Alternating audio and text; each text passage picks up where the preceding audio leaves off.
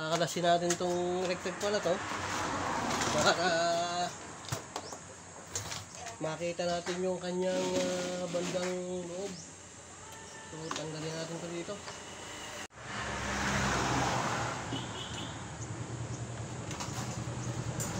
Tapos isunod naman natin yung kanyang likod dito.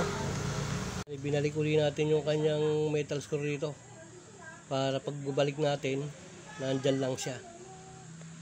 Tatanggalin din natin tong lock ng kanyang wire. Yan. Para yun.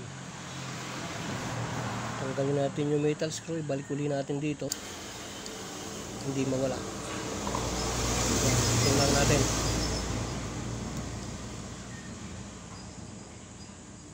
Yun. Hindi na kailangan higpitan. Alalay lang higpit. Kung mapansin natin yung kanyang wiring sa yan, mukhang minikos-mikos na rin to. Ayan oh. Naglagay na siya ng jumper dito eh. Kaya siguro nagkaganito to. Ginawa na lang ng paraan. Maluwag naman ay oh. Oh, maluwag ay oh. Oh. Pinalitan natin yan. Hindi na ganyang wirings yung ating gagawin dyan.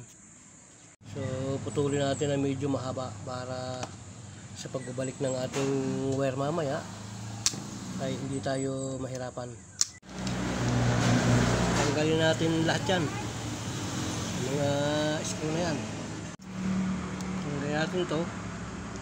Tanggalin natin itong lock na ito. Ayan, para mailabas natin yung kanyang shafting. Mahalaga na maalis natin ito eh.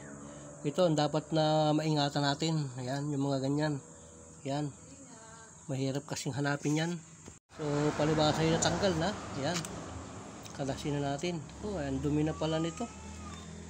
Ayan, oh. Pero matigas. Naipit, puro buhok. Kaya ayan. Sabay lalangisan natin para madulas.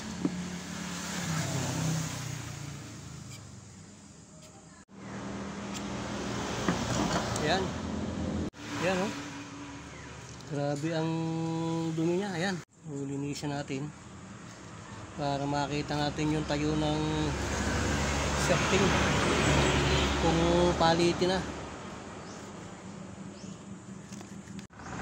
Natin.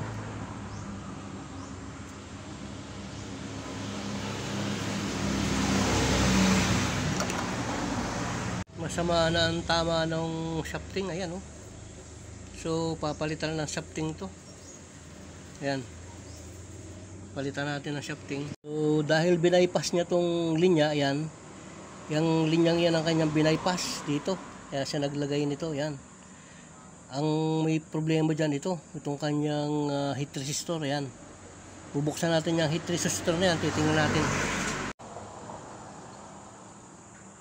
Ibig sabihin, sira na tong heat resistor na to. Yan. So, tinanggal natin yung kanyang heat resistor. Ang gagawin natin ay irerekta na lang natin siya. Hindi natin siya gagamitan ng heat resistor. Kakabit natin to dito bago natin siya hihinangin. Yan o. Meron tayong nakukuhang resistance sa lahat ng kanyang winding. Yan, bubuuin natin yan. Papalitan natin tong shafting na to. Ito ang naging problema niya. Kumakayod na siya. Ito. Kitang kita yung kanyang gas-gas dito. Yan o. Kumayod na siya ng gusto dito. Yan. Ito, tsaka yung bushing niya, papalitan natin. Ito, itong bushing niyang nasa loob, yun, yung nasa loob na yun, yan. Papalitan natin yan. So, gagamitin din natin itong kanyang motor na to. Bubuuin natin. Pinapnan lang natin yan ng damit.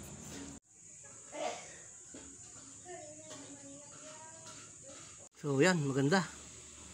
So, nilagyan natin siya ng sapin. Iinitin lang natin ganyan yan para yan, dampi-dampi lang. So yan, okay na. itabi muna natin yan.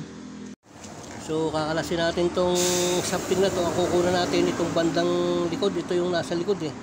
Yan ang ating susukatan. Ayan, ganyan. Kung ano yung haba niya, kailangan ganyan din natin siya may babalik.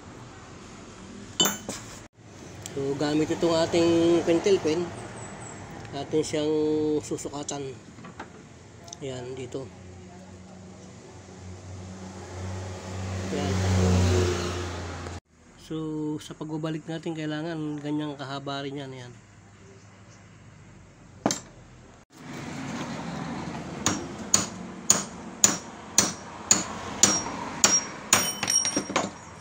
Yun. Papaluin na natin ito. So yan. Yan na yung kanyang bushing ngayon. Oh. Ngayon pa rito.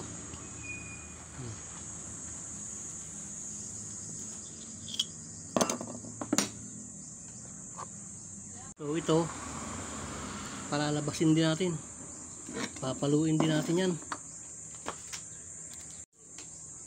Hatawin din natin itong bilog na ito ang gagamitin natin, patagilid na ganyan. Yun. Yun. Yan. Lumabas. Itong dalawang ito yung ating papalitan. Yan.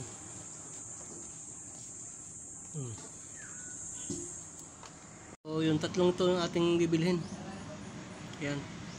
So ito mga ganitong klase ng motor na nasunog yung winding, kikita tayo dyan, titingnan lang natin siya kung siya ay tanso. Kaya katulad nito, pula, pwede yan. Pero pagka puti, huwag nating paghirapan kasi mura lang yun eh.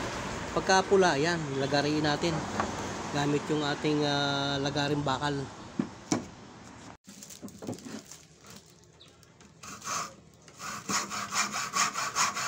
Lagarin lang natin yung ganyan yan hanggang sa makalas natin lahat.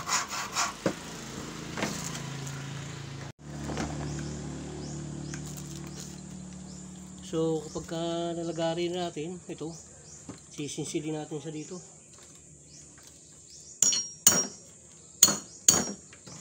Yan. Pagka naluwagan natin, susungkitin natin ang screwdriver yan. Iangat na natin. Yan. Kasi lumuwag na yan eh. Kapag nasinsil natin, luluwag na yan. Sasama ng patas yan. Madali na siyang hilahin. Ayan o. Umangat na. So yan. Pagka nasikot-sikot na natin ganun. Ayan o. Lambot na siyang hilahin. Ayan. Tanggal na. So ayun na. So ito, lilinisin natin kasi yung mga junk shop ayaw nila ng marumi, kaya tatanggalin natin yung mga tali na yan. Yan, mga plastic, alisin natin yan, bihiwalay natin para kasi kapag kaya na ay hindi malinis, binabawasan nila yung timbang. Eh gasino lang ba naman yung timbang ng mga tali na yan, tapos babawasan nila ng timbang, di sayang din. Di linisin na natin para walang bawas na timbang. So ito na yung ating naipon. Yan, dadalhin natin sa junk shop yan. At yan natin kukunin yung ating ipambibili dyan ng motor tsaka itong shafting natin.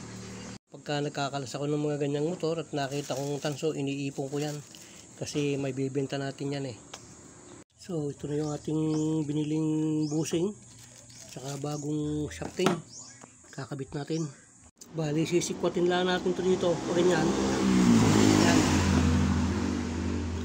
Yan, para bumuka to. Yan, pag bumuka yan, may papasok na natin yan. Oh, yun oh. Ayos na. Oh, yan. Bago hihigpitan lang uli natin dito yan. Gusto natin lang natin to. Yan. Para mapantay. Para madali natin siya may pasok. Ayusin lang natin. Yun. Ito didinan lang natin. Ito sakto lang ito dito eh. Kaya lang alalay lang ang pukpok natin diyan. Kasi baka mabasag yung bote. Yan oh. Ayos na. So ito, gumupit tayo nito. Yan. Isisingit natin yan dito sa butas. Di papasok natin sa dyan para kumapal yung kanyang foam. Manipis eh. Yan. Pasok lang natin mabuti. Yan. Huwag natin ilagay ito. Using yan. Patong natin to.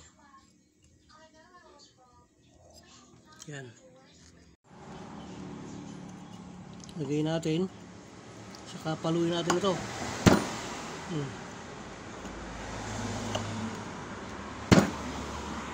So ilagay naman natin to.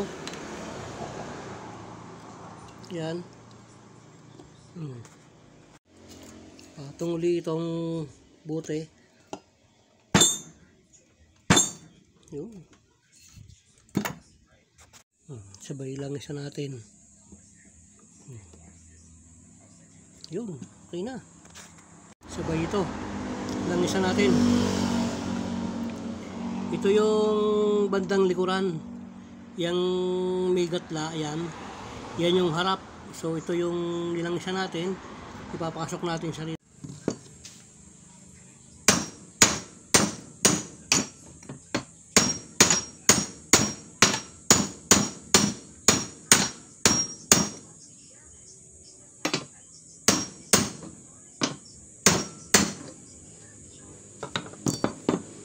Bali, ang pinalo natin itong bandang likuran. Kasi okay lang na mabusalsal lang, huwag yan itong harapan. Kasi pagka ito ay nabusalsal, hindi natin may lalagay yung lock nya. Kaya ito, gear lang ito eh, umiikot lang to. So walang problema yan. So sukat natin dun sa ating ginawa kanina, ayan oh. So okay na yan.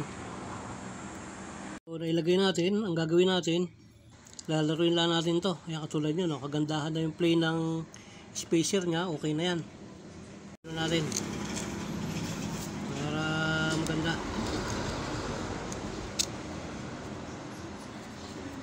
Yan natin na kanya mga screw. So pagka ganyang higpit na, palu-paluin natin dito.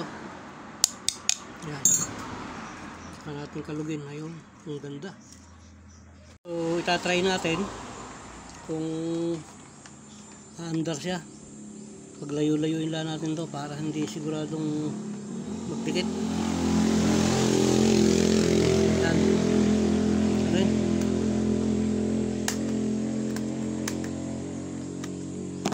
So subukan natin. Yun.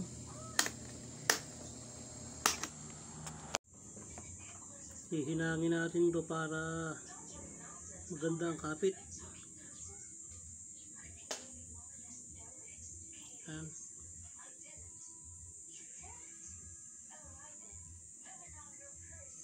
Okay na. Ating binubuo na siya. Lalagay natin itong kanyang grills.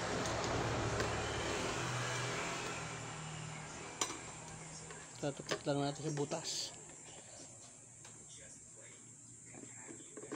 Yan.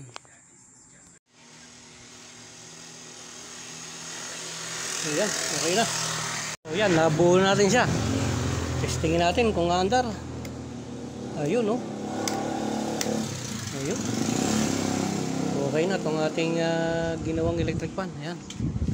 Na akala natin kanina ay sunog yung motor, yun pala ay stuck up. At ibinaypas lang nung kaibigan nating gumawa nito yung kanyang linya at ibinalik na uli natin sa original. So yan, okay na siya.